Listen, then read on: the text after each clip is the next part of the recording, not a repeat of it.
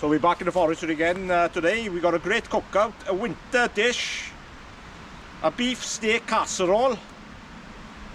We got a lot of flavours going in, a lot of veg. We got potatoes, carrots and celery, shallot onions, garlic, button mushrooms, bit of thyme, and we got some Worcester sauce, soya sauce, bit of beef stock as well, guys. So it's going to be a lovely and rich dish.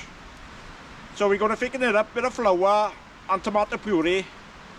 So it's a traditional winter casserole using our Dutch oven.